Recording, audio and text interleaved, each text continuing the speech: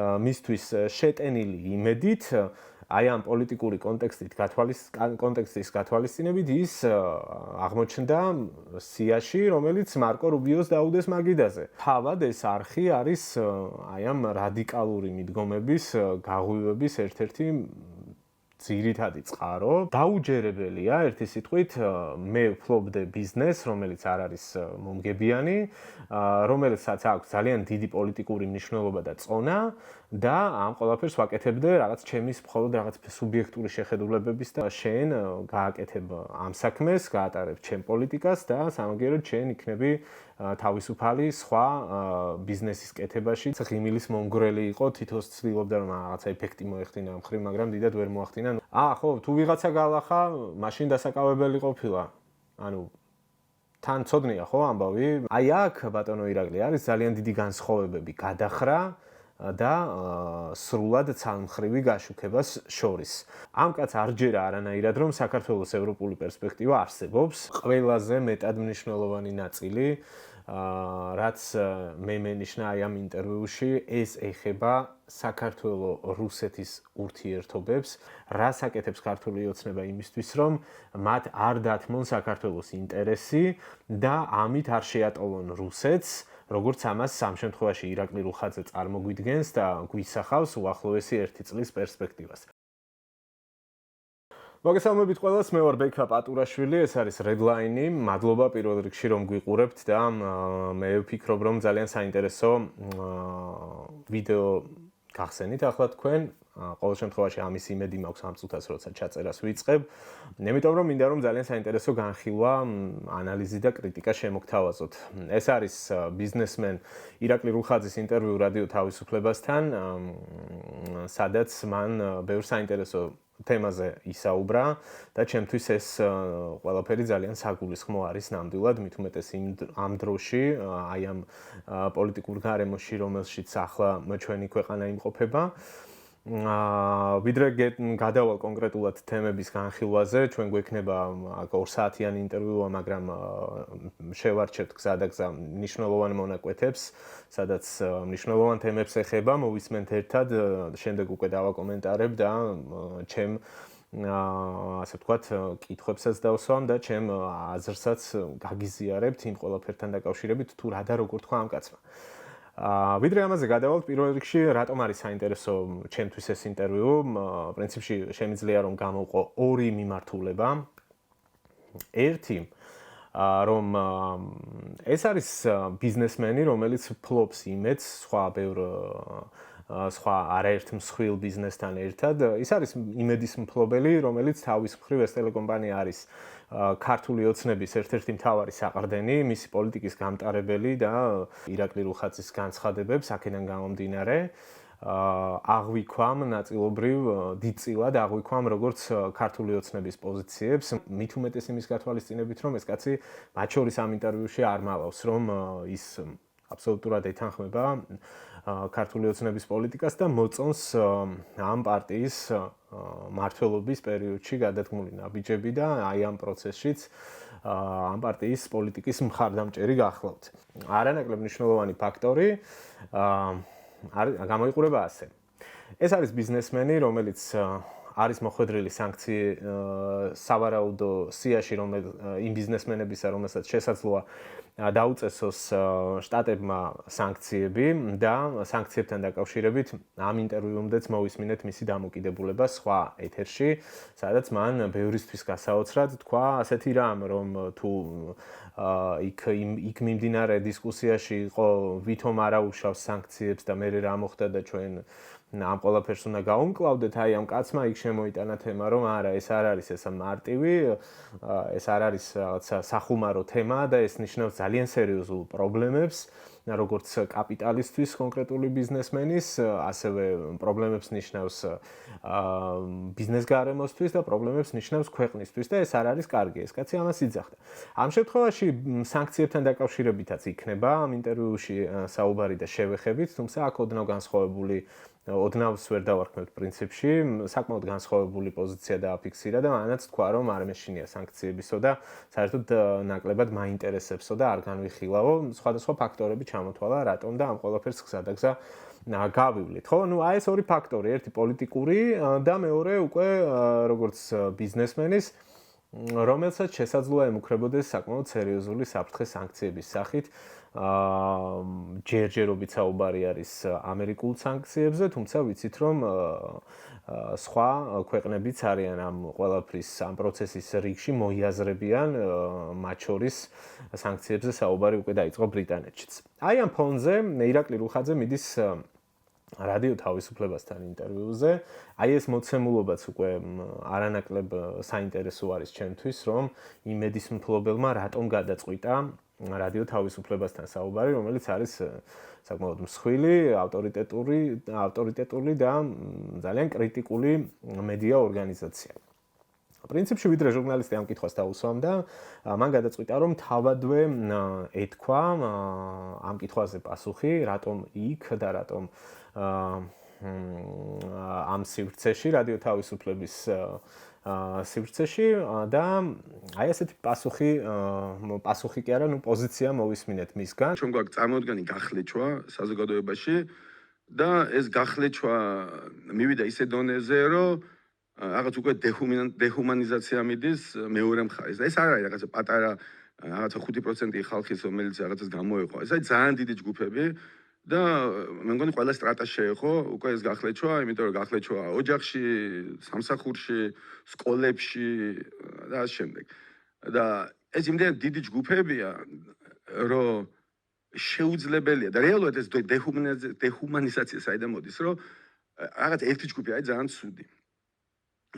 ერთი ჯგუფი მეორე ჯგუფს უყურებს როგორც ძალიან ცუდს, ამორალურს, ან უტვინოს და ამას მოყვება მე ჩვენ ვიკეტებით ამ ჩვენ ჯგუფში და ლაპარაკობთ მეორე ჯგუფზე და იმის და მიხედვით ეს ძალიან დიდი ჯგუფი ორივე რაღაცნაირად ვახრეხებთ და ჩვენ თავს დავამტკიცოთ ის ჩემი ხედვები ხა თქო უნდა სანიშნავსო ყველა ესეა დავამტკიცოთ რომ მეორე მხარე არის ან უტვინო და არაფერი არ ესმის ან რაღაც ამორალური ან გამყიდველია თუ აქვია მოღალატე თუ რაღაცა და ეს შეუძლებელია ესე იყოს იმიტომ შეუძლებელია ნახევარი ქვეყანა თუ რაღაც მაგდაგვარი დიდი ნაწილი იყოს ან უტვინო ან მოღალატე ან ცუდი და მართლა ესეთ უფიქრობ მე მგონი შენ ეკუთვნი პირველ კატეგორიას ალბათ. კარგით, ანუ შეაწუხა ირაკლი რუხაძე გაყოფამ საზოგადოების ამგვარმა აზრთა სხვადასხვაობამ და დაპირისპირების საფრთხემ, რომელსაც შემდეგ კიდევ ახსენებს და იმ ვარაუდსაც კი გამოთქვამს, რომ ეს ყველაფერი არ გამოვრიცხავო, რომ კი არა და ვფიქრობო, რომ შესაძლოა რაღაცა სამოქალაქო დაპირისპირებამდეც კი მივიდესო და აქედან გამომდინარეო ამბობს, რომ მე მინდა რომ თქვენ აუდიტორიასაც დაველაპარაკო იმ ხალხს, რომელიც შემდგომ განსხვავებულად ფიქრობსო და აქ ჩემთვის საგულისხმო ის არის, რომ ამას ამბობს იმედის მფლობელი, რომელიც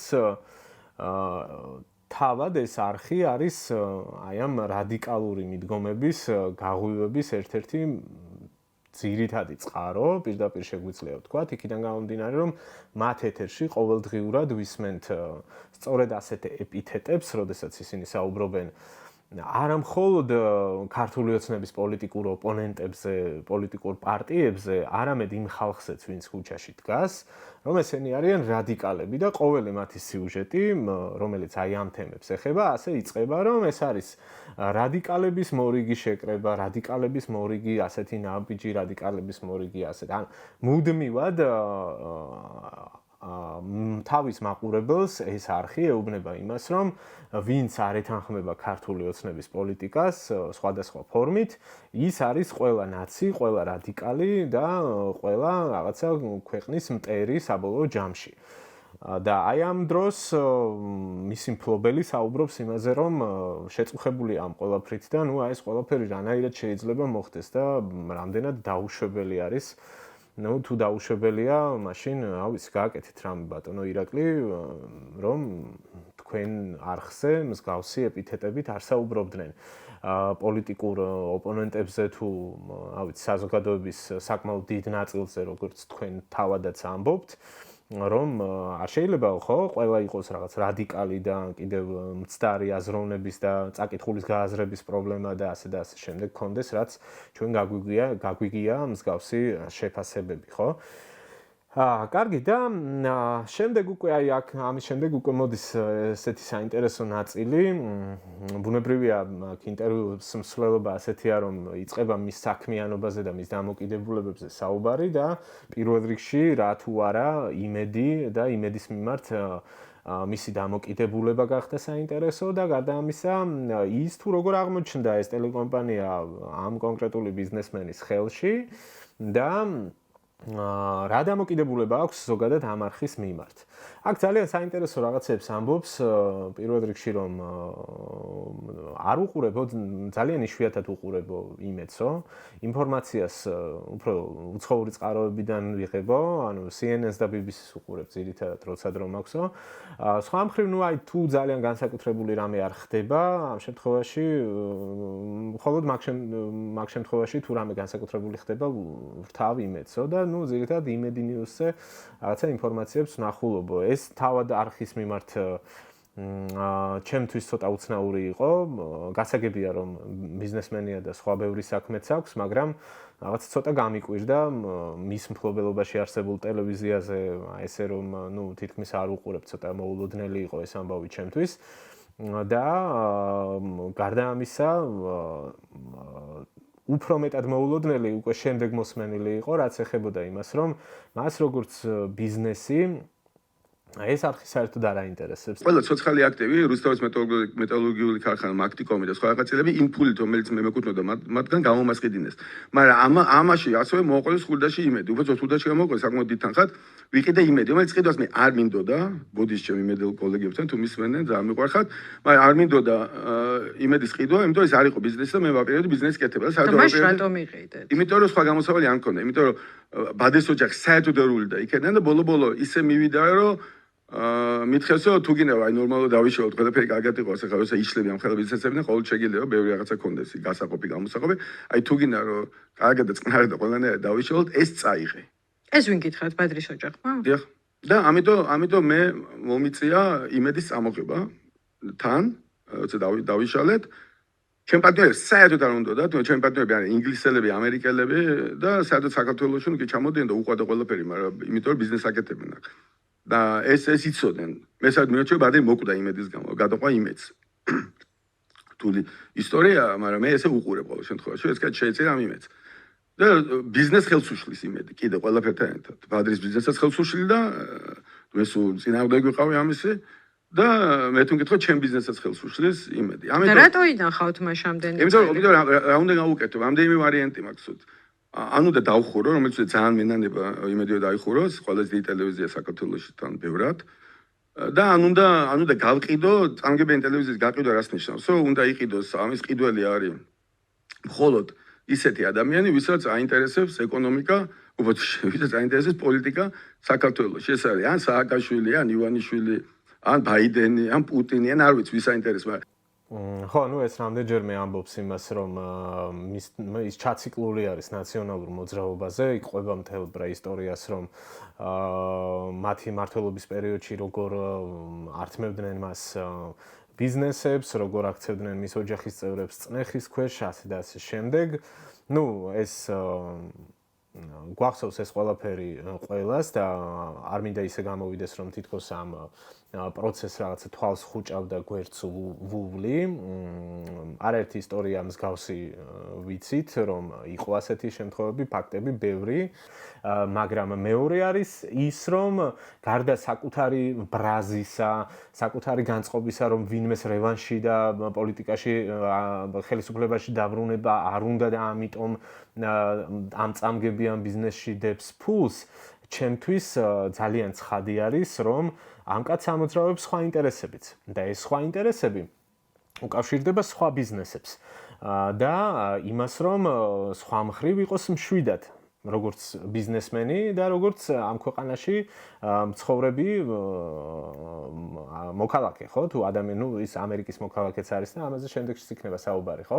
ანუ დაუჯერებელია ერთი სიტყვით მე ვფლობდე ბიზნესს, რომელიც არ არის მომგებიანი, რომელსაც აქვს ძალიან დიდი პოლიტიკური მნიშვნელობა და წონა და ამ ყველაფერს ვაკეთებდე რაღაც ჩემის მხოლოდ რაღაც სუბიექტური შეხედულებების და რაღაც ბრაზის და წარსული გამოცდილების და ვინმეს არავის არ ჯერა. ეხლა მე ეს არ მჯერა და ასე მგონია რომ რაღაც ცოტა კრიტიკულად განწყობილი არც ერთი ადამიანი ამას ასეთი ფორმით მოწოდებულს ვერ მიიღებს.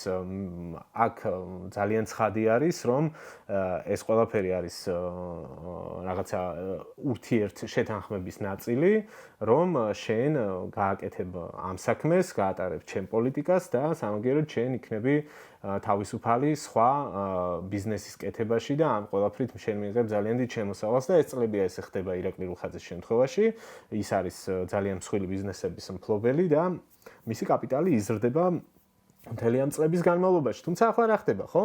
ახლა ეს კაპიტალი დადგა საფრთხის ქვეშ.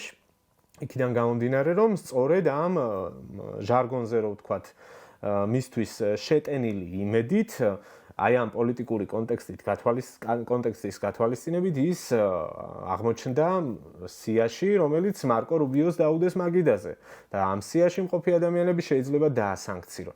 ხო, ნუ აქ ერთ მომენტში, როდესაც ის ირაკლი რუხაძე საუბრობდა რევანშზე ნაციონალური მოძრაობის და ისაც ქართული ოცნების მსგავსად ყველა ოპოზიციურ პარტიას თითქმის როგორც თქვა, განიხილავს რაღაც კრებითად და კოლექტიურ ნაციონალურ მოძრაობად და აი ამ წიაღიდან ამოსულ პარტიებს და პოლიტიკოსებს უწოდებს ყველა მათგანს, ამბობს ეგეთ რამეს, რომ ხო, ნუ მისთვის მიუღებელია ის, რომ რაღაცნაირად მოხდეს მათი ხელისუფლებაში დაბრუნება და სწორედ აი ამიტომ მისთვის ეს ფარი არის იმედი და იმედის სარედაქციო პოლიტიკას ამართლებს, იმიტომ რომ სწორედაც რომ ასეთი უნდა იყოს იმედი, როგორც დღეს არის, იქიდან გამომდინარე, რომ ის ამოცანა, რომელიც მას აქვს პირადად, არის ის, რომ არავითარ შემთხვევაში ნაცები არ დაბრუნდნენ ხელისუფლებაში. მე რაღაცა ფაქტებზე, ნუ რაზეც უკვე მეტნაკლებად ვილაპარაკეთ, წარსულში მოხდა დანაშაულებებზე იყო საუბარი და აქ ჟურნალისტი შევიდა ესეთი რეპლიკით, რომ ნუ დღეს ხომ უკვე 2025 წელია და ჩვენ საუბრობთ რაღაც 2012 წლამდე პერიოდზე, ხო და დაახლოებით ამ შინაარსის რეპლიკა იყო და საინტერესო იყო აქ რუხაძის პასუხის შემდეგ, რომ თქვენო ისეთ რაღაცას მეუბნებითო, რომ აი წარმოიდგინეთო ახლა გერმანიაში ჰიტლერის პერიოდის შემდეგ, ნუ თქვა სადღაც 10-15 წლის მერეო იგივე სიტუაცია რო წარმოვიდგინოთ, იქ რომ ვინმეს ეთქვაო, რომ ნუ კაი რა ხო, ნუ გავიგეთ რომ ვინ იყო ჰიტლერი 45 წლამდე, მაგრამ ნუ აი ახლა უკვე სხვა დროა და მივცეთ საშუალება რომ დაბრუნდეს პოლიტიკაში, ესო ჯანსაღი მიდგომა იქნებოდაო. აი ეს მოიყვანა ყოველ შემთხვევაში ამ მსჯელობაში არგუმენტად, მაგრამ ნუ ჩემი აზრით ეს არ გამოდგება მთლად კარგ არგუმენტად, იქიდან გამომდინარე, რომ იმ პოზიციას ვიტყვი, რაც მანამდე სხვა ვიდეოებშიც მithქვამს, მათ შორის იმ ინიციატივასთან დაკავშირებით, რაც ეხება ახლა რომ უნდა პარლამენტში თურმე საგამოძიებო კომისია უნდა შეიქმნას და წინა ხელისუფლების დროს ჩადენილი დანაშაულები რომ დღეს უნდა გამოიძიონ. სად იყავით ამდენი ხანი, ამდენი წლის განმავლობაში უკვე 3 ვადით რომ იყო ეს პოლიტიკური პარტია ხელისუფლებაში და ახლა უკვე მეოთხე ვადაზე მიდის, ხო? ამდენი წლების განმავლობაში რატომ არ არის მაშინ გამოძიებული საქმეები? თუ დარჩენილი არის გამოსაძიებელი საქმეები, რატომ ეს ერთი საკითხი შემოდის? და მეორე საკითხი ის არის, რომ უმეტეს შემთხვევაში ხანდაზმულობის ვადები გასული არის და ამაზეც მაქვს იმ ვიდეოში საუბარი და ანუ არარელევანტური შედარება მგონია ამ შემთხვევაში ჰიტლერის და ამ პოლიტიკოსების, ვინც ახლა არიან ოპოზიციურ სპექტრში. ახლა რაღაცა ეს ყველაფერი უფრო პოლიტიკურ თამაშს გავს იმისთვის, რომ კვლავ აქტუალური გახდეს ნაცები, როგორც ბულა, რომელმაც ხალხი უნდა შეაშინოს, რითაც ჩემი აზრით მთელი ამ წლების განმავლობაში ისედაც საზრდოობდა ქართული ოცნება და მუდმივად ქმნიდა აი ამ საფრთხობელას ამ პოლიტიკური ძალისგან, რომლის რა ვიცი მხარდაჭერა ყოველწლიურად უფრო და უფრო იკლებს და ესაც ფაქტი არის და ბევრ ადამიანს მართლა აღარ აინტერესებს რა ხდებოდა 12 წლის წინ და რატომ არის ის ხალხი თუ არის დაუჩელი ამ დრომდე, ხო? აი ეს კითხვა შემოდის. აქედან გამომდინარე, ეს არგუმენტი ჩემთვის ცოტა რაღაცა ღიმილის მომგვრელი იყო, თითქოს ცდილობდა რომ რაღაცა ეფექტი მოეხდინა ამ ხრივ, მაგრამ დიდად ვერ მოახდინა, ყოველ შემთხვევაში ჩემზე. და შემდეგ უკვე ხო, აი მთავარი თემა შემოდის რას ფიქრობს ირაკლი რუხაძე იმედის სარედაქციო პოლიტიკასთან დაკავშირებით და ყვება რომ ხო ის ეთანხმება აბსოლუტურად და ეს ასეც უნდა ხდებოდეს როგორც ხდება და აქვე საუბარი იწყება უკვე მედია გარემოზე ზოგადად და ძალადობაზე მედიის მიმართ. შემოდის აქციების თემა, შემოდის დაკავებების თემა და ჟურნალისტი სვამს აი ამ კითხვას. ეხლა როცა ჩვენ აქ ვლაპარაკობთ, ჩვენი კოლეგა ბათუმელების დანადგაზეთის დამფუძნებელი იმყოფება რუსთავის ციხეში და მას ემუქრება 4-დან 7 წლამდე პატიმრობა. ეს თქვენთვის არის მედიის თავისუფლებაზე მეტყველი ფაქტი თუ ერთეული კრიმინალური შემთხვევა, რომელიც მედიის თავისუფლებასთან ერთად არ გინდათ რომ განიხილოთ? მართლა გითხრათ ეს საქმე მე არ ვიცი რაღაც ხდება, მაგრამ არ ვიცი დეტალურად, მაგრამ ის იმიტომ არის რომ რაღაც გადაცემა მიყავდა, რაღაცა დაწერა და ამის გამო მოხდა ციხეში. ამის გამო აუცილებელია მომხდარი. ჟურნალისტი ახლა ჟურნალისტი კაცი რომ მოკლეს მედია თავისუფლებასთან არის თემა თუ ციხეში მოხდა? რა კავშირია მედია თავისუფლებასთან? ახლა ჟურნალისტია და აკვე ანუ ჟურნალისტი ხელშეუხებელი უნდა იყოს? ამას გეკითხებით თქვენთვის მისი პატიმრობა. მაგითო კითხეთ მე თქვენ თუ რაღაცა მან თქვა რაღაცა ტელევიზორში და ამაზე კომენტ დააკავეს კი მაშინ ყოფილა მედია თავისუფლებას თუ ვიღაცა გალახა აქციაზე მაშინ არ არის მედია თავისუფლების კავშირი არ ვიცი რა მოხდა თქო მართლა მაგითო გეკითხეთ ხო ნუ ამ კაცს შევნიშნე მე ასეთი ტაქტიკა რომ ხო ნუ ეს პრინციპში მისი მოგონილი არ არის სხვას ბევრი შვება ხოლმე ამას როცა არ უნდა რაღაცა კონკრეტული პასუხის გაცემა იშველიებს ეს არგუმენტს რომ ნუ ის ძალიან დაკავებული ადამიანია და უამრავი საქმე აქვს და ესე რა უყურებს მედიას და ნუ ვიღაც ჟურნალისტი დააკავეს ხო არა მე არ ვიცი ეს წარმოდგენა არ მაქვს რა მოხდა მაგრამ და მე შემოდის რომ აი თუ მე რა ვიცი აბა თუ დააკავეს ესე იგი რაღაცა მოხდა ხო რაღაცა თავის სტატიების წერის გამო ხომ არ დაუკავებიათ ხო ნუ აი ეუბნება მე ჟურნალისტი რომ აქციას დააკავეს ხო თუ ვიღაცა გალახა მაშინ დასაკავებელი ყოფილა ანუ თან ცოდნია ხო ამბავი რაღაცა არ მჯერა რომ ირაკლი რუხაძემ არ იცოდეს მზია ამაღლობელის ამბავი ანუ ეს აქტი პოლიციელისთვის სილის გაწმა იმ გარემოში და იმ სიტუაციაში რაც იქ ხდებოდა იმ შეურაცხყოფის ფონზე რასაც აყენებდა ის კონკრეტული პოლიციელი ამ კონკრეტულ ჟურნალისტს და მთელი ეს კონტექსტი რამ მიიყვანა ის ამ ზომამდე რომ ასეთი ქმედებისთვის მიემართა აი ეს არ არის თითქოს საგულისხმო ეს არ არის საინტერესო ეს ყველაფერი მთლიანად მედია გარემოში არსებულ ვითარებაზე არ მეტყველებს და არა ეს უბრალოდ რაღაც პოლიციელზე თავდასხმად უნდა განვიხილოთ აი ესე გვთავაზობთ სამას ქართული ოცნების პოლიტიკა და ამ შემთხვევაში მედია მფლობელმა ამ ხელამსხვილი მედიის მფლობელმა ირაკლი რუხაძემ ასე შემოგთავაზა რომ რა ვიცი ერთი მე რა მოხდა რაღაცა მომხდარა ხო არ ვიცი თქვენ მითხარით რა იყო ხო ვიღაცა გაულახავს და ამის გამო დაუკავებიათ კარგი გავაგრძელოთ შემდეგი თემით. ეს ეხება სანქციებს და საფრთხეებს, რომელიც დაკავშირებული არის პირადად ირაკლი რუხაძესთან. თუმცა ვიდრე ამ სანქციებამდე მივალ, კიდევ ერთი დეტალი მედიასთან დაკავშირებით, აქ ერთ-ერთ ეპიზოდში საინტერესო რაღაც თქვა, როდესაც საუბრობდა იმედის სარედაქციო პოლიტიკაზე. ნუ ჯერ ერთი თქვა, რომ ეს არხი აბსოლუტურად დამოუკიდებელი არის თავის სარედაქციო პოლიტიკაში და თავად იღებენ გადაწყვეტილებებს და იქ არის გუნდი ამისთვის.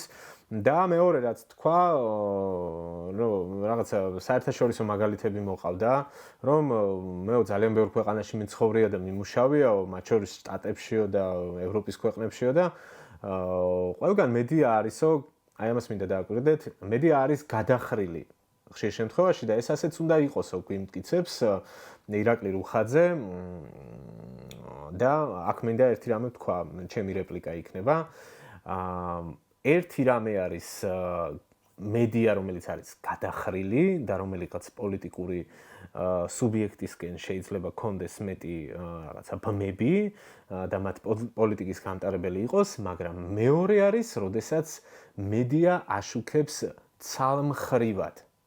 როდესაც მედიას არ ყავს ეთერში მეორე მხარე და როდესაც მოვლენებს აჩვენებს არასრულად.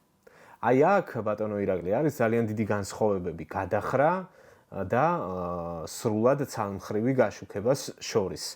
თორემ გადახრილი მე ძალიან კარგად მახსოვს როგორ ვითარდებოდა მოვლენები იმედში, სხვადასხვა პერიოდში, აბსოლუტურად სხვა ვითარება იყო 2014-16 წლებში მაგალითად, შემდეგ უკვე ეს თანდათან ნაბიჯი იცვლებოდა 2020 წლამდე და 2020 წლის შემდეგ კიდევ უფრო სხვა სურათი მივიღეთ და აი ამ დღევანდელ სურათამდე მოვედით, ხო? ანუ გადახრა არის სხვა რამე და იყო ესეთი ეპიზოდები, როდესაც მეტად იხრებოდა ერთ მხარეს, მაგრამ დღევანდელი მოცემულობით ამას გადახრას ვერ დავარქმევთ. ეს ჩემი აზრი არის. ეს იმედი იქნება თუ სხვა რომელიმე არხი იქნება, აბსოლუტურად სხვა მოცემულობაა, როდესაც ფაქტებს უბრალოდ არაჩვენებენ. მათ შორის ჟურნალისტების პირდაპირ ეთერში ცემის კადრები არ ხვდება ეთერებში და ან ვინმეს ამაზე ჭიდაობა უწევს შიგნით, რომ მოდი იქნებ როგორმე ამ ამბავს გამოვეხმაუროთ და ეს მხოლოდ იმედს არ ეხება და გარდა ამისა, როდესაც ქუჩაში ხალხი დგას, რაღაცა მოვლენა ხდება და ამას საერთოდ არხი არ იმჩნევს, ხო? და ასეთ შემთხვევები ბოლო პერიოდის განმავლობაში არაერთი ნახეთ. არ ვიცი, უამრავი მაგალითის დასახელება შემიძლია. კაი, გადავიდეთ უკვე სანქციებთან მიმართებით და აქ უკვე ირაკლი ულხაძემ ცდილობს იმის მტკიცებას, რომ მას სანქციები არ აშინებს და მოყავს ერთი არგუმენტი ამისთვის, რომ მას ამერიკა ვერ დაასანქცირებს, იქიდან გამომდინარე, რომ ის არის ამერიკის შეერთებული შტატების მოქალაქეც. მე ამერიკა ვერ დამასანქციებს, იმიტომ რომ სანქციის აზრი იკარგება და აგიხსნით რატო თუ გინდათ. მე იმიტომ ძალიან საინტერესოა, საერთოდ სანქცია როგორი ტიპის ინსტრუმენტი არის. მაგრამ ჩემს სხვა ქვეყანამ დამასანქციოს ამერიკა ვერ. ჩემ მესაც მოქალაქეა ის ქვეყანა ვერ დამასანქციოს. მაგრამ ესე იყო დაწერილი შემდეგი რაღაც. იქ შეყარეს რაღაცა დიდი სია ხალხის. რომელიც ერთად აღებული ვაკონტროლებ დუზარმაზარ ნაწილს ეკონომიკის და ეს გაიზრდება ეს სია კიდე იმიტომ რომ მიდის ცდელობა, მე ესე მგონია მათემატიკურად ვერ დაგიმტკიცებთ, მაგრამ ყველგან ხედავ ამას, მიდის ცდელობა რომ დაანგრიოს საქართველოს ეკონომიკა. 10,000 კაცი მუშაობს ჩემთან, მეტი, ჩემ კომპანიებში და 10,000 კაცს ყავს სოლი შვილი ბავშვი, ანუ 50,000 კაცია, ხო? ანუ თუ მართლა ესე არ მუშაობს, მე რომ დამასანქციო რამე მოვა ამ კომპანიებს, მაგრამ ესე რომ მუშაობდეს, როგორც იყიდება ეს, ხო? მე ხო იზახენ, ანგარიში არ ეკნება. ესე რომ მუშაობდეს, ესე იგი ის ხალხი მარტო ჩემი იქ ჩასმით 50,000 კაცს რაღაც უბედურებაზე უშვებს, ხო? მე კიდე რაღაცა წამლისფული და პურისფული მექნება იმედია, რომ დამასანქციონ ყველა ქვეყანამ ერთად, რომელიც აქვე არსებობს. მაგრამ იმ 50,000 კაცს, ხო, ვინც ამას წერს, ხო, უშვებენ რაღაცა საშინელ ცხოვრებას და ამას კარგით, ანუ ეს გზავნილი გავიგეთ, რომ მე არ მეშინია სანქციების და ვერაფერს ვერ მიზავს ეს მე და რომც მიქნას მშიერი არ დავრჩებიო ამბობს და მეორეს მხრივ აქ კიდევ საინტერესო თემა შემოიტანა, რომ ეს თურმე არის манипуляция ხალხის აზრზე გავლენის მოხდენა და პირიქით აი იმ ხალხის წნეხის ქვეშ მოქცევა, ვინც მისი კომპანიის თუ სხვა შესაძლო დასანქცირებული პირების კომპანიებში მუშაობენ, რომ ანუ აქაც ქვეტექსტი ის არის, რომ აი ხალხის წინააღმდეგ დგამენ ისინი ნაბიჯებს, ვინც ვინმეს ერჩის ქართულ ოცნებასთან დაკავშირებით, ну ესაც ქართული ოცნების ხაზი არის, იგივე დაწყებული დიპლომატიურ პასპორტებთან დაკავშირებით, როდესაც არის საუბარი და საუბრობენ, რომ ეს არ არის რაღაც კონკრეტული პოლიტიკოსების წინააღმდეგ მიმართული სანქცია და ეს არის ქართველი ხალხის ანტიქართული ნაბიჯი, როგორც არქმევენ ხოლმე, ან დაახლოებით ეს ქვეტექსტი შემოგთავაზა ამ შემთხვევაში ირაკლი რუხაძემაც და ну აი აქ იყო ჩემთვის ერთ-ერთი ყველაზე საინტერესო ეპიზოდი ამ ინტერვიუში, როდესაც საუბრობდნენ ამერიკის სანქციებზე, ჯერ შემდეგ ეს თქვა, რომ არ ეშინია და აქ უკვე შემდეგ ჟურნალისტმა გაუმხილა ერთი ამბავი, რომ გარდა იმ წერილისა და იმ სიისა, რომელიც მარკო რუბიოს გადაეცა, არსებობს კიდევ მეორე წერილი, რომელიც გაეგზავნა ამერიკის შეერთებული შტატების მომავალ მთავარ პროკურორს და სადაც ასევე საუბარი არის სანქციებთან დაკავშირებით და არის დასაბუთებაც, რომ ეს სანქციები კონკრეტულად ირაკლი რუხაძის შემთხვევაში უნდა დაემყაროს იმას, რომ მისი არხი, მის მფლობელობაში არსებული არხი ატარებს ღიად ივანიშვილის პროპაგანდის გამტარებელია და ეს ყველაფერი ემსახურება რუსულ საქმეს. აი ამ საკითხზე მოვისმინოთ ახლა რუხაძის პოზიცია. 15 იანვრით არის დათარიღებული და გაგზავნილია შეერთებული შტატების მომავალ გენერალურ პროკურორთან პამელა იგივე პემ ბონდთან. ეს წერილი არის გაგზავნილი იმ დღეს, როცა კონგრესში მისი მოსმენა იგეგმებოდა კი არა იმართებოდა. წერილში, რომელიც ჩვენ გვაქვს ნანახი, პამელა ბონდს თხოვე, რომ შეისწავლოს თქვენი ბიზნეს საქმიანობა, რომელიც თაღლითურად არის მოხსენიებული. აქვე ნათქვამია, რომ თქვენ ხართ ამერიკის შეერთებული შტატების მოქალაქე და ამის გათვალისწინებით გაცილებით მეტი პასუხისმგებლობა გეკისრებათ შეერთებული შტატების ხაზინის მიერ დასანქცირებულ პირებთან ურთიერთობაში. იცოდით რომ ურთიერთობწერია მანდ? იცოდით რომ ეგეც წერილი არსებობდა? არ ვიცოდი, მაგრამ დაწესებული ვიცი ვინ დაწერა, იმიტომ დამემუქრა ადამიანი ხა გადავასახლე, იმიტომ 100% ვერ გეტყვით, მაგრამ დამემუქრა დაახლოებით მაგის 2 დღით ადრე მე მივწერო ვიღაცას, იმიტომ კამათობდით ამ თემაზე და მე ვთხარი მე ჩემი აზრი შეიძლება მქონდესო და შენ ამერიკის მოქალაქე ხარო, ის ამერიკის მოქალაქეა და შენი ქვეყნის წინააღმდეგ მიდიხარო, ანუ ამერიკის წინააღმდეგ მივდივარ და მე ვთხარი მე რასაც ვლაპარაკობ, მე ეს არის ჩემი აზრი, მე ასე მივდივარ, მე ეს არის ჩემი ხიაზე, მე მივწერო წერილსო პროკურორსო მითხრა, აი ხა ვიცი, მე მიწერა თუ ნათქვამი ზღვას, ვიცოდე ზუსტად, მაგრამ ვისთან ქონდა ჩხუბი ესე გითხარით? ვერ გეტყვით რა დისკუსია. ამ წერილში არის ნათქვამი ტელეკომპანია იმედზე, ციტატას წაკითხავთ, რეგულარულად გადასცემს ივანიშვილის რეჟიმის პროპაგანდას ჩვენი ქვეყნის შეურაცხყოფელი თემებით და ადანაშაულებს შეერთებულ შტატებს მთელი მსოფლიოს პრობლემებში. ასახავს ეს იმედის შეიძლება მან მითხრათ რა ქვია, რა თქმა უნდა ეს არ ასახავს, მე ძალიან მეყვარს ამერიკა. მე ამერიკაზე უამრავ შეიძლება ვილაპარაკო და მე ძალიან მეყვარს ამერიკა.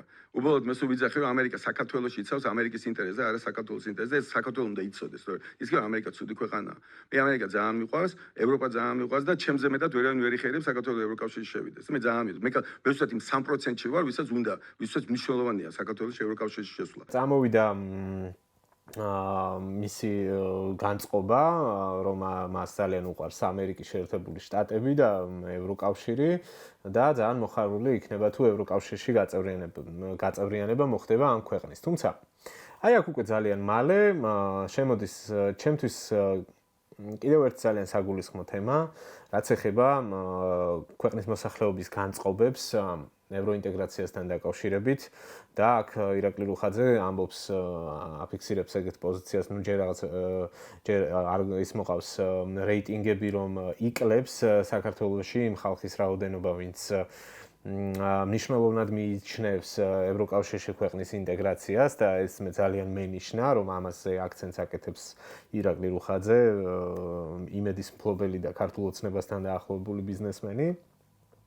და ამ საკითხზე მე მაქვს ჩემი დამოკიდებულება, რომ აი ბოლო განსაკუთრებით 2 წლის განმავლობაში წამოსული ეს რაღაცა ანტიდასავლური კამპანია და ეს მსჯელობა, რომ რაც სუდია ევროკავშირი თავისი გარყვნილებით და ასე და ასე შემდეგ და როგორ ჩამოიქცა ეს სისტემა და როგორ ინგრევა შიგნიდან და როგორ არის რაღაც deep state-ის მარიონეტად ქცეული და ასე და ასე შემდეგ აღარ გავყვები ეს ყველაფერი თქვენ ძალიან კარგად იცით. მე ადრეც თქვი რომელიღაც ვიდეოში და ეხლაც ვიძახი, რომ ეს ჩემი აზრით რაღაცა მიზნამდე მიდის და ძალიან არ მინდა რომ გამართლდეს ჩემი ეჭვები და მათ კონდეთ იმისი გეგმა, რომ საბოლოოდ ისევე როგორც მოლდოვაში მოხდა საკითხი მივიდეს რეფერენდუმამდე, თუ ყოველ შემთხვევაში, არ ვიცი, მე ლოგიკური მგონია ძალიან, რომ თუ მიზანმიმართულად ასე გაგრძელდება ანტიდასავლური კამპანია ქვეყანაში და მოქალაქეებს ჩაუნერგავენ ამას თავში, რომ ევროკავშირი ცუდია და კარგს არაფერს მოგვიტანს და ისინი ცდილობენ ჩვენთან ომი დაიწყოს და მეორე ფრონტი გავხსნათ და აი ასე გვერდჩიან და ისე გვერდჩიან, ნუ საბოლოოდ საზოგადოების გარკვეულ ნაწილზე ამ ყველაფერმა იმოქმედოს და შემდეგ უკვე სხვანაირადაც გადაწყვიტოს. ყოველ შემთხვევაში აქ ირაკლი რუხაძეს მოყავს ეს არგუმენტად, რომ იკლებს მხარდამჭერების რაოდენობა, ვისაც სურს მნიშვნელოვნად მიაჩნია ევროკავშირში ინტეგრაცია და მეტიც ის ამბობს, რომ ეს ჩანაწერი კონსტიტუციაში არის რაღაცა აზრს მოკლებული, აბსურდული და ეს ჩანაწერი საერთოდ არ უნდა არსებობდეს. უმეტესობა ხალხს ეს არ ადარდებს ჩვენ ქვეყანაში, მაგრამ მე მადარდებს. მე ძალიან მინდა რომ ვიყო ევროკავშირის წევრი და ალბათ ძალიან მენდომებოდა რომ ვიყო ნატოს წევრი, დილას რომ გავიღვიძე და ვიყო ნატოს წევრი. მე რო ვიცი ეს არ მოხდება, ამიტომ მე ძალიან მეშინია ნატოს წევრი გავხდებით. მიმაჩი რომ არის აბსოლუტური სიგიჟე რომ ჩავწერეთ კონსტიტუციაში შემიძლია ვილაპარაკო ამაზე, იმიტომ რომ არ მინდა რომ ეს ნათქვამი გაქვთ? ხო, იმიტომ რომ უბრალოდ სისულელია, ხელს გვიშლის, ევროკავშირში მოხვედრიაში გვიშლის ხელს, ეგ ჩანაწერი მე თუ მკითხოთ შემიძლია ავხსნა, ნატოში ხო საერთოდ და მე ძალიან მიყვარს ამერიკა. და არაფერს მე აქ ანტიამერიკას არ ვაკეთებ. გარდა იმისა, რომ თუ ამერიკა რაღაცას დიდი ბიჭები ჩვენ გარშემო ფეხბურთს თამაშობენ, მე არ მინდა რომ საქართველოს იყოს ბურთის როლში. მე არ მინდა საქართველოს უკრაინიზაცია მოხდეს. აქამდე ვიძახდომ მე ყოველთვის არ მინდა რაღაც ავღანიზაცია მოხდეს ან ირაკიზაცია. ეხლა სამწუხაროდ ჩემს ძალიან საყვარელ ქვეყანას ხოვებ ამ ქვია მეტაფორად. მე არ მინდა რომ საქართველოს ფიქრობთ რომ უკრაინაში ომი არის დიდი ბიჭების ფეხბურთის თამაში თუ რუსეთის აგრესია? მე ვფიქრობ რომ უკრაინაში ომი არის დიდი ბიჭების ფეხბურთის თამაში. ხო, ნუ აი ეს ძალიან საგულისხმო მონაკვეთი არის, ჩემი აზრით, ნუ ის თავის პოზიციას აფიქსირებს, რომ არ უნდა იყოს ესეთი ჩანაწერი ინტეგრაციასთან დაკავშირებით და მეორე უკვე წავიდა იქ განხილვა რუსეთ-უკრაინის ომთან დაკავშირებით, საქართველოს უკრაინიზაციასთან დაკავშირებით ბრჭყალებში და აი აქ თანდათან უფრო უკვე შემოდის ყველაზე მეტად მნიშვნელოვანი ნაწილი, რაც მე მენიშნა აი ამ ინტერვიუში, ეს ეხება საქართველო-რუსეთის ურთიერთობებს, ანუ რომ მივყვეთ ახლა თანმიმდევრულად, ანუ ჯერ გვეუბნება ეს ადამიანი, რომ ევროკავშირში ინტეგრაცია მას უნდა და უყვარს ეს სივრცე, შემდეგ ამბობს, რომ შეცდომა არის ეს საკონსტიტუციო ჩანაწერი და შემდეგ უკვე გადადის თანდათან ეს მსჯელობა მიდის საქართველო-რუსეთის ურთიერთობებთან და ასევე დაისმება კითხვები იმასთან დაკავშირებით, თუ რას ფიქრობს მეორე ფრონტის საკითხთან დაკავშირებით, იყო ეს ქართული ოცნების პროპაგანდა რუსულ სტილში, თუ ეს არის რეალური საფრთხე და აი ამასთან დაკავშირებითაც ექნება ძალიან საინტერესო პასუხი. თუმცა მანამდე ის ავითარებს მსჯელობას, რომ აუცილებელი არის რუსეთთან დიალოგი და რომ აქამდეც უნდა ყოფილიყო ეს დიალოგი. ამას ამბობს ირაკლი რუხაძე და კიდევ ამბობს ასეთ საინტერესო რამეს, რომ ის უშვებს, რომ საქართველოს აღმოჩნდეს თავისუფალ ცურვაში, სადაც მას არ ექნება უსაფრთხოების გარანტიები დასავლეთიდან და აი ამ შემთხვევაში თუ ეს გამართლდა და ამას არქმევს, რომ ეს არის მისი შიში, რომ ეს ასე მოხდეს, რა უნდა ქნას საქართველოს, როდესაც დარჩება რუსეთის პირისპირ, იმ ქვეყნის პირისპირ, რომელსაც საერთოდ არ ელაპარაკება. ძალიან მინდა რომ ყურადღებით მოусმინოთ აი ამ ეპიზოდს და შემდეგ განვაგრძოთ მისი განხილვა. რუსეთის ინტერესები მუდმივად იცვლება, ჩვენი ინტერესებიც მუდმივად იცვლება. ამიტომ ჩვენ სულ უნდა გვესმოდეს რუსეთს აქვს ოკუპირებული ჩვენი ტერიტორიის რაღაცა საკმაოდ დიდი ნაწილი, ხო? 20%. და მცოცავი ოკუპაციის ფარგლებში ეს 20% აფხაზეთში შედის თუ კი, აფხაზეთში შედის. ხო და ამიტომ და თქვენ თქვით რომ არის ჩვენი ეკონომიკური პარტნიორი და რაღაც ომებს აწარმოებს კიდე ჩვენ გარშემო, ხო? ეგ სადღაც აქვე იბრძვის უკრაინაში, დაწუნებული ვარ რომ გარეული აბსოლუტურად ყარაბაღში რა ხდება, ვიცით რომ სირიაში იყო გარეული. ესეთი მეზობელი, რომელიც ეკონომიკურადაც მნიშვნელოვანია ჩვენთვის და პოლიტიკურადაც მნიშვნელოვანია, სულ უნდა გესმოდეს რა უნდა. სულ უნდა იყოს მასთან დიალოგის რეჟიმში და სულ უნდა აი დიალოგის როგორ რეჟიმში ამას დავასუსტებ. დიპლომატიური ურთიერთობა უნდა გქონდეს? მე თუ მკითხავთ, აქვე რუსეთთან ეხლა ყველა სუიდო, მაგრამ მე თუ მკითხავთ იმ აქვე 2012 წელს მე ალბათ აღვედგინა. სხვა შორის ზელენსკის უკრაინას ჰქონდა მეიდნის მერე რუსეთთან დიპლომატიური ურთიერთობა გაწყდა ომის. ეხლა ყველას გიჯურიდო რა დიპლომატიური ურთიერთობა აღადგინა. ხო, აი ამ მოწმობაში გეკითხებით. აი დღეს თუ თვლით ისევ რომ რუსეთთან ურთიერთობა ის ფორმა რაც გვაქვს არ არის საკმარისი, მაშინ როგორი შეხედეთ მე ვიძახე რუსეთთან უნდა იყოს მუდმივი დიალოგი, ჩვენ სულ უნდა გვესმოდეს რა საკითხებს? მე მაგალითად გონია, კიდე ერთხელ. აი მე ხა გეტყვით თქვენ მე რის მეშინია ყველაზე უფრო. ეხა რის მეშინია ყველაზე უფრო. ყველაზე უფრო მე ხა მეშინია იმის ალბათურა. ეს არ არის სანქციები, ხო? როგორც გამოგონილი. სანქციები არა. სანქციები მართლა არა. მაგრამ ის მეშინია არის რომ უკრაინაში მოილაპარაკებენ რუსეთი და ამერიკა. და ამას მოილაპარაკებენ შეიძლება ეხლა უცბად ვერ მოილაპარაკონ, მაგრამ 2025 წლის განმავლობაში პირველად მეორე მაგიდა იმას ქვია სტაზე მოილაპარაკებენ. ძალიან საშიშ სიტუაციაში ჩავადებით თუ ვერ მოელაპარაკეს და მე რაღაცა ტრამპმა დაუძაბა რუსეთს ჩვენ გავეჩხერებით ჩვენში, მაგრამ ბოლო-ბოლო მოელაპარაკებენ. და მე თქვა ეხა ამერიკაში ვიყავი ნოემბერში ჩემი შვილი გაჩნდა და ქვია იქ ბევრი ხალხი ნახე ვაშინგტონში ჩემი მეგობრები ვიღაცა რომლებიც ზოგი პენტაგონში მუშაობს, ზოგი იქ მუშაობს, ზოგი აქ მუშაობს.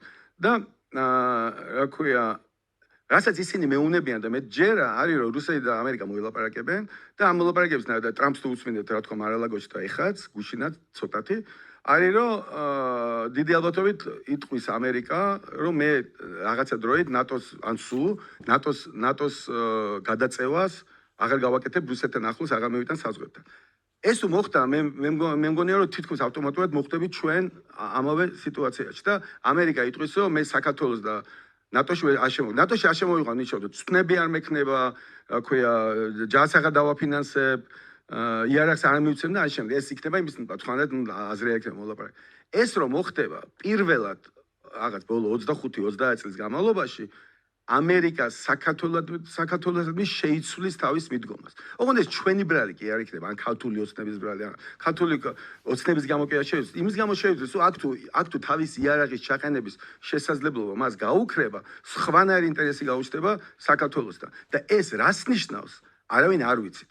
და ეს ამ სიტუაციაში რასიზმს რუსეთი, რასიზმს თურქეთი, რასიზმს ირანი, კიდევ ვიღაც სხვები, ესეც არ ვიცით და ეს რომ ვიცოდე, ჯერ ამაზე სულ უნდა ფიქრობდე და ეხლა ხალხი უნდა იჯდეს და ემზადებოდეს ამისთვის, ან ჭკვიანი ხალხი და გახნეჩილები კი არ უნდა ვიყო და სიგიჟეს ვიზახდეთ 2030-ში შევალ თუ არა ევროკავშირზე, მაგაზე ერთმანეთს რა ქვია, თავს ვალეწავდეთ რუსთაველს. ამაზე უნდა დარდობდეთ, რომ რა ვარიანტები გვაქვს, რა შეიძლება მოხდეს. ევროკავშირი არავინ არ მიუღიათ. ანუ რუსთაველს თავის დალეწვას თერთმეტი ქვეყანა საჭიროდ მიიჩნევს. ანუ თვლით რომ ის ხალხი ვინც იქ დგას, არაფრისთვის დგას? არა, მე ამით თქვა ეს, მე ვთქვი ცუდია თქო ესო ხდება. მაგრამ რა ქვია, ეს მაინტერესებს. 11 ქვეყანა მიიღეს ევროკავშირში, აღმოსავლეთ ევროპიდან, ყველა ჯერ ნატოში მიიღეს და მე მიიღეს ევროკავშირში. ჩვენ როცა გვეტყვიო ნატოში არ მიგიღებ, ეს უამრავ რაღაცას შეგვიცვლის. და ამის შანსი არის ძალიან დიდი. ტრამპი პირდაპირ ამბობს ფაქტიურად. და ეს თუ მოხდა, ამაზე აი ესაა საშიში. სად მოხდებით? როგორ რუსეთთან მოხდებით? ნუ საერთოდ არ ვიცნობ, საერთოდ არ ველაპარაკებით, არ ვიცით რა უნდა?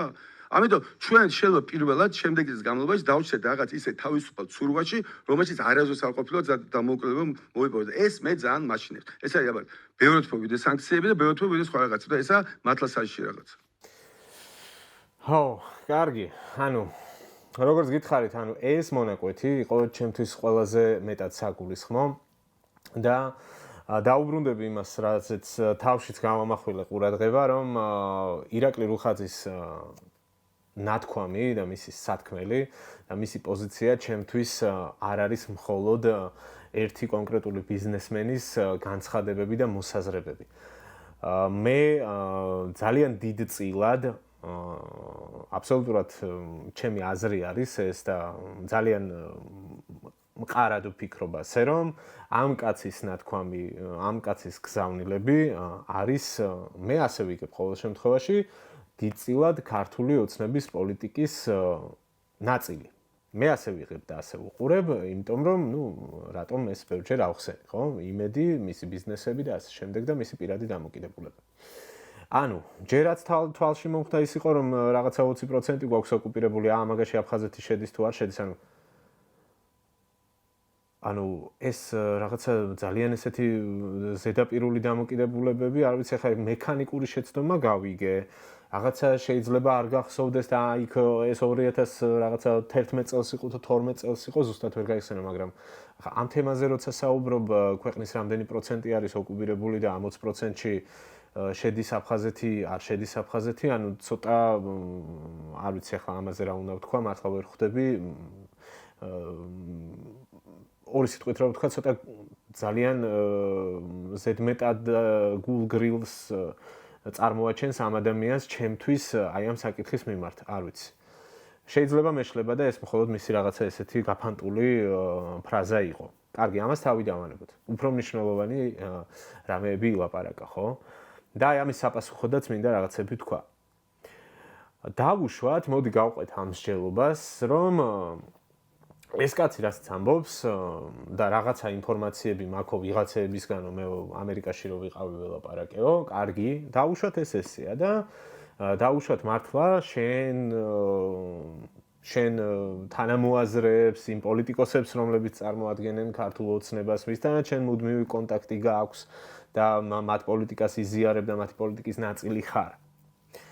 და ასე ფიქრობ და ასეთი ინფორმაცია გაქვს, რომ შესაძლოა ტრამპმა პუტინთან მოილაპარაკოს და საქართველოს რაღაცა ხურდაში გაიცვალოს და რაღაცა ინტერესის სანაცვლოდ დაითმოს ის ტრამპის მხრიდან, რომ აი მოდი მე აღარ შევეხები ნატოს აღმოსავლეთით გაფართოებას და ჩავეხსნები საქართველოს მიმართ ინტერესს და დაუშვათ ეს ასე ხდება, ამის მოლოდინი გაქვს და რჩები რუსეთის პირისპირ, ხო? რასაც ეს კაცი ამბობს, რომ აი მე ამის მეშინია, ანუ ასე წარმოგვიჩენს, რომ ეშინია, თან ამბობს, რომ ევროკავშირში ინტეგრაცია 30 წელს რაღაცა სიგიჟეებს ლაპარაკობენო და ნატოზე ხო საერთოდ საუბარი ზედმეტი არისო და ფაქტობრივად ავითარებს იმას, რომ თუ ნატოში ინტეგრაცია არ მოხდება, არც ევროკავშირში არ მოხდება, იმიტომ რომ 11 ქვეყანა სწორედ აი ესე მიიღეს ჯერ ნატოში, მე ევროკავშირშიო, ხო? ანუ ამ კაც არ ჯერა არანაირად რომ საქართველოს ევროპული პერსპექტივა არსებობს, ну ეს აბსოლუტურად ცხადი არის ჩემთვის აი ამ მსჯელობიდან და შემოდის კიდევ ერთი მნიშვნელოვანი საკითხი. თუ შენ ეს ყველაფერი ასე გჯერა, თუ შენი ავიც თანაგუნდელები თუ ვინც არიან აი ამ პოლიტიკას ასე ხედავენ და მომდევნო განვითარებას და თუ მათ სურთ რეალურად რომ ეს არ მოხდეს და საქართველოს არ დარჩეს რუსეთთან პირისპირ რატომ ლანძღავენ დასავლეთს? რატომ დაკარგეს სტრატეგიული პარტნიორობა შეერთებულ შტატებთან, მათი ნაბიჯებიდან გამომდინარე? რატომ კარგავენ იგივეს დიდ ბრიტანეთთან და მთელ დასავლურ სამყაროსგან რატო ხდება ამ ქვეყნის იზოლირება? კარგი დაუშვათ და ეს მათი ბრალი არ არის, ხო, როგორც ამას გვიმტკიცებენ ყოველდღე და დავუშვათ და ეს რაღაცა დამპალი deep state-ი აკეთებს აი ამ ყველაფერს და არაფერ შუაში არ არის არავინ. და ეს მოსასპობია და უნდა მოისპოს და აი ამის მერე ვილაპარაკოთ. დაუშვათ და თქვენი მხრიდან ეს ყველაფერი არ კეთდება, ხო? მაშინ ძალიან მარტივი შეკითხვა მაქვს ახალი ადმინისტრაცია რომ მოდის შტატებში და ახალი პრეზიდენტი რომ არის ტრამპი, რომელსაც ასე ხოტბას ასხამს ქართული ოცნება და იმასზე ამყარებს იმედებს, რას აკეთებს ეს ხალხი იმისთვის რომ ეს სცენარი ესე არ განვითარდეს. რას აკეთებს იმისთვის, რომ დაარწმუნოს შტატები, დაარწმუნოს ევროპელი პარტნიორები, ევროპელი ლიდერები, რას აკეთებს ქართული ოცნება იმისთვის, რომ მათ არ დათმონ საქართველოს ინტერესი და ამით არ შეატოვონ რუსეთს, როგორც ამას სამ შემთხვევაში ირაკლი რუხაძე წარმოგვიდგენს და გვისახავს უახლოესი 1 წლის პერსპექტივას. ეს ხომ ძალიან სერიოზული თემა არის. ანუ თუ ჩვენ ამ ლოგიკას გავყვებით, ხომ საერთოდ აცდენილი არის ის ქართული ოცნების message box-თან, რომ თურმე ღირსებით მივდივართ ევროპისკენ, თურმე რაღაცა ჩვენ შტატებთან ურთიერთობების ახალი ფურცლიდან დაწყება გვსურს და ვიღაცა ამაში ხელს გვიშლიდა. ეს ხომ არის მათი message box-ი, ხო? ძალიან საინტერესო თემას შეეხო და ძალიან საინტერესო ვერსია დადო მოვლენების განვითარების და მე არ ვიცი, არ ვარ ესეთი გულუბრყვილო, ვიფიქრო რომ ეს მხოლოდ მისი ფანტაზიის ნაყოფია, ან კიდევ რაღაცა ესე სხვათა შორის მოყვა რომელიმე ეთერში. მე მგონია რომ ამ ვერსიის გაჟღერება მისი მხრიდან, აი ამ პერსონის მხრიდან ყველაფერი იმის გათვალისწინებით, ვისაც და რასაც ის წარმოადგენს, იყო ძალიან ნიშნულოვანი გადაწყვეტილება და ეს ინფორმაცია სწორედ აი ამ კაცის პირით გაჟღერდა, რაც ჩემთვის ყველაზე მნიშვნელოვანი საკითხი იყო აი ამ ინტერვიუში და არ ვიცი, მე ვფიქრობ, რომ ამაზე სერიოზულად არის დასაფიქრებელი, კითხვები არის დასასმელი. არა რუხაძესთან, მისი პოზიცია აბსოლუტურად გასაგებია და ის თავის თავს ასე ფუთავს, რომ ეს ჩემი აზრებია და რაღაც ნაშრომებს ვკითხულობ ხოლმეო და სტატიებს მუდმივად ვეცნობიო და ვიცი რა ხდება და მიცხოვრია სხვაგანაცო. ამერიკაც მიყვარსო, მაგრამ აი ხვალ შეიძლება რუსეთის პირისპირ აღმოჩნდეთო და დღეს რო არ ველაპარაკებითო, რაღაც 20% კი აქვს ოკუპირებულიო, მაგრამ ხო რამდენია ეგო ზუსტად არ ახსოვდა, მაგრამ ხვალ შეიძლება ესეთი რეალობა დაგვიდგესო. არ ვიცი, კითხვები არის დასასმელი. რამდენად არის ეს ნაზრევი ბმაში ქართული ოცნების ხედვებთან, მათ პოლიტიკასთან და თუ ეს ასეა, მაშინ რატომ არ დგამენ აქტიურად, ყოველდღიურად ნაბიჯებს, რომ ეს სცენარი ასე არ განვითარდეს. აღარ დაკლით, აღარ დავიწყებ იმაზე ლაპარაკს, რას ნიშნავს რუსეთის პირისპირ მარტო დარჩენა. რა პასუხისმგებლობა აქვთ ამ შემთხვევაში პოლიტიკოსებს, ვისაც შეუძლიათ რომ ეს არ დაუშვან და მინიმუმ რაც მათ ძალებშია, ყველაფერს უნდა აკეთებდნენ იმისთვის, რომ ეს ასე არ მოხდეს. და აღარ ვილაპარაკებ იმაზე, რა წარსული გამოცდილება გვაკავშირებს ჩვენ რუსეთთან ურთიერთობის და ისტორიულ წიაღსვლებში, თუნდაც უახლესი ისტორიის რაღაცა განხილვაში აღარ შევალ. ხო, პრინციპში ამით დავასრულებ, იყო იქ კიდევ რაღაცა სხვა საკითხებიც, 2 საათიანი ინტერვიუა, მაგრამ ამაზე ახლა არ შევჩერდები. მათ შორის ეხებოდა გენდერულ საკითხებს, LGBT თემას, პროპაგანდას. ხო, რაც მინდოდა მე თქვა, იქ იყო კიდევ ერთი საკითხი, რომ ეკითხებოდა ჟურნალისტი, რომ თქვენ როგორ ფიქრობთო მეორე ფრონტის საკითხი გამოგონილი თემა ქართული ოცნების მიერ რუსულ სტილში შექმნილი პროპაგანდის ნაწილია თუ ეს მართლა საფრთხე არისო და იქ ძალიან საინტერესო პასუხი გასცა რომ იცით რა ანუ ის კი არ იქიდან კი არ ამოვიდა რაც ქართული ოცნების მესეჯ ბოქსია რომ აი თუ ნაცები მოვლენ ხვალ ხელისუფლებაში ისინი მეორე ფრონტს გახსნიან და საქართველოს განადგურდება.